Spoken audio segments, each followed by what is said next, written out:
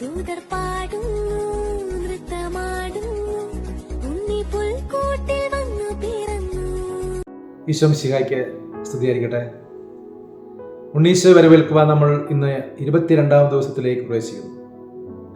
നസ്രത്തിൽ നിന്ന് യോസേപ്പ് പിതാവിനെയും മറിയത്തെയും ബെത്ലഹേം വരെ ഓടിക്കേണ്ട കാര്യം ദൈവത്തിനുണ്ടായിരുന്നു. മറിയത്തിന് നസ്രത്തിൽ സമാധാനമായി പ്രസവിക്കാമായിരുന്നില്ലേ?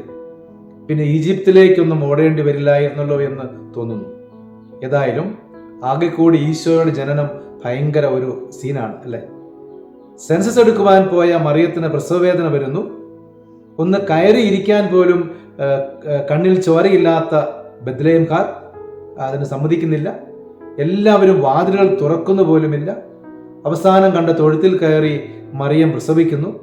പ്രസവത്തെക്കുറിച്ച് യാതൊരു ഗ്രാഹ്യവുമില്ലാത്ത പാവം യോസേപ്പ് പിതാവ് പ്രസവമെടുക്കുന്നു.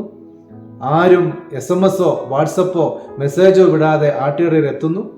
ഗൂഗിൾ മാപ്പ് ഇല്ലെങ്കിലും അറേബ്യയിൽ നിന്ന് വിസയോ പാസ്പോർട്ടോ കൂടാതെ പൂജ രാജാക്കന്മാർ എത്തുന്നു. സമ്മാനം കാഴ്ചവെക്കുന്നു. അപ്പോഴേക്കും കുഞ്ഞിനെ കൊല്ലാനായി ഹെറോദോസ് ആള് വിടുന്നു.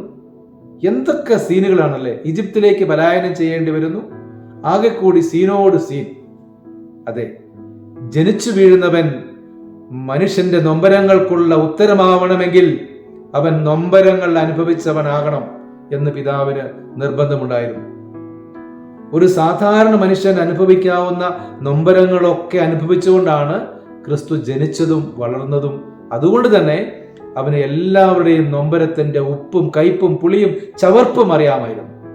അതുകൊണ്ട് തന്നെയാണ് അവന് മറ്റുള്ളവരുടെ വേദന സ്വന്തം വേദനയായി മാറിയത്. നിനക്ക് നൽകപ്പെട്ട വേദനകളെ കുറിച്ച് നീ വിഷമിക്കേണ്ട.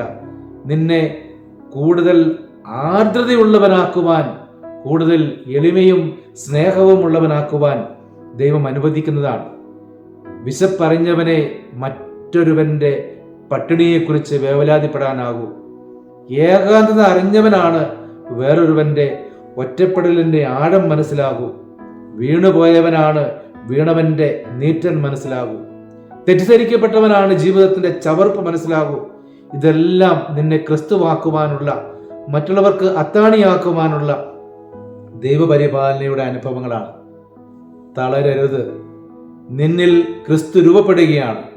ഈ ഈറ്റുനോവ് അനുഭവിച്ചേ പറ്റൂ. അപ്പോൾ നിനക്കും നിന്റെ ജീവിതത്തിൽ വൈകാതെ ക്രിസ്തുമസ് യാഥാർത്ഥ്യമാകും.